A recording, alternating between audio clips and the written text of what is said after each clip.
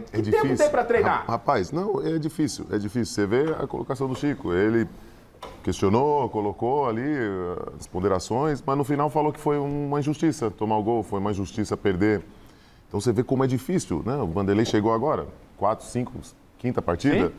Então o resultado tem que vir, é natural, é o Corinthians. A gente sabe disso. É necessário, como disse o Miller. Só que não foge da naturalidade. Tem que ter processo, tem que deixar acontecer a compreensão dos atletas. Até porque se ele chegou, a coisa não estava boa, alguma coisa precisa ser feita. Justamente. Só que vocês também não ajudam. Vocês eu não tenho nada a ver com isso, Edinho. Não me coloca nessa confusão. Vocês estão fazendo enquete aí para ver se já é para o Mano. Não fui eu que fiz a enquete. Ô, diretor!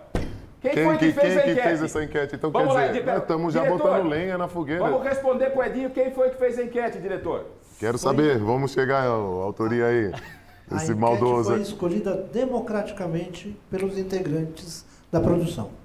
Tá bom, esquivou bem. Não, ele... A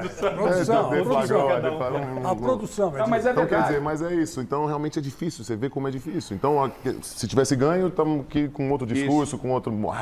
né, mudou, Luxemburgo...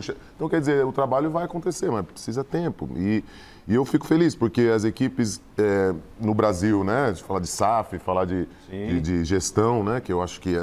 A gente não pode só resumir os resultados no treinador, né? Um processo tão importante como é o futebol profissional e as instituições, os grandes clubes, não é uma figura só, uma posição só que é responsável por tudo que acontece. Claro, o treinador é o piloto da Fórmula 1, ele que dirige o carro. Mas se o carro tiver 2 rodas de uma marca, 2 rodas de outra marca, ou um freio não funciona, o piloto vai ser prejudicado.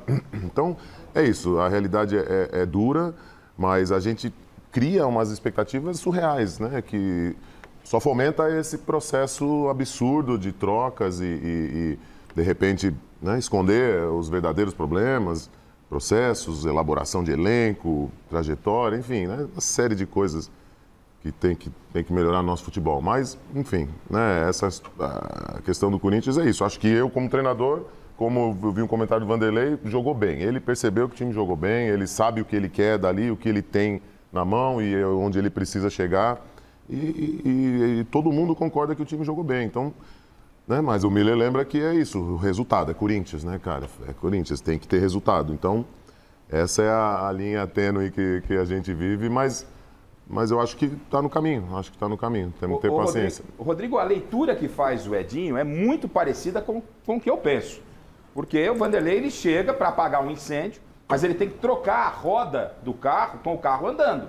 Ele tomou algumas providências. Hoje, por exemplo, ele deixou Fagner, que no outro jogo contra o Atlético, os 2 gols do Atlético, muita gente questionou o Fagner, e o Vanderlei, pelo peso, pela casca que tem, não é crucificar ninguém. Mas, filho, vem cá, eu preciso arrumar a defesa, não tá precisando um pouquinho de condicionamento físico, fica de fora. Tirou o Fagner, tirou o Fábio Santos, pôs o Bruno Mendes improvisado ali pelo setor, ele vai tomando algumas medidas, e essas medidas, elas ainda não se refletiram em resultado. Mas, pelo menos hoje, a expectativa, Chico, com toda razão, a expectativa era de um Corinthians passar vergonha no Rio de Janeiro. Desculpa, eu acabei não concluindo o raciocínio, a questão, quando eu comentei das SAFs, né? Então, pois não. A gente vê que essas equipes estão tendo sucesso, os resultados estão vindo. Sim. Teve momentos ali, inicial, né, de oscilação, mas, né, Bahia, Botafogo, né, enfim, e todas as equipes que optaram por esse caminho de profissionalização, né, da gestão, estão trazendo os resultados. Então, isso é inspirador.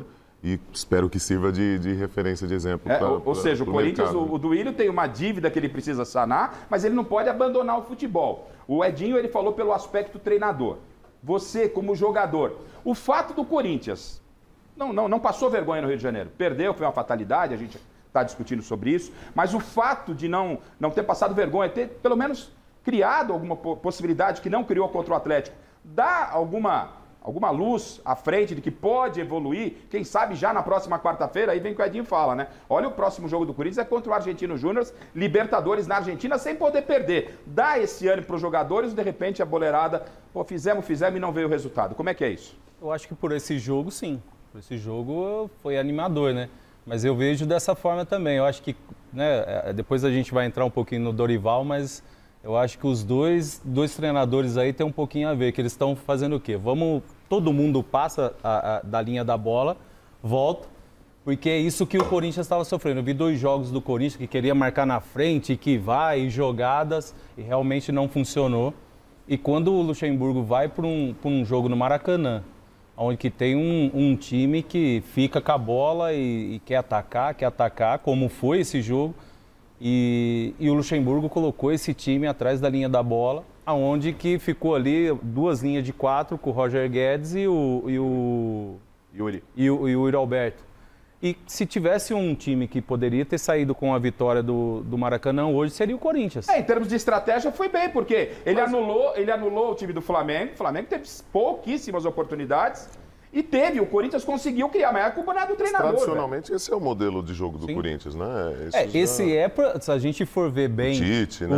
os jogadores sucesso, que lá estão que hoje, com o time que, né, vamos colocar a espinha dorsal do Corinthians, se a gente for colocar assim, já é um time que se você ficar colocando para marcar toda hora na frente e depois também correr atrás de um resultado, se vem acontecer de não sair na frente, esse time não vai conseguir virar. Pelo volume de jogo que é hoje, eu tenho... Como aconteceu, que é muito difícil de virar o jogo. Agora, quando esse time fica bem postado atrás, passa da linha da bola, acontece o que aconteceu hoje no Maracanã. Conseguiu aí frear esse ataque do Flamengo, né? Até os, né? Aí não estamos nem falando de uma jogada, mas uma jogada de um zagueiro que vai para a área machucado. E se eu não me engano, eu vi ali, né? Que como zagueiro eu fico bem prestando atenção nisso.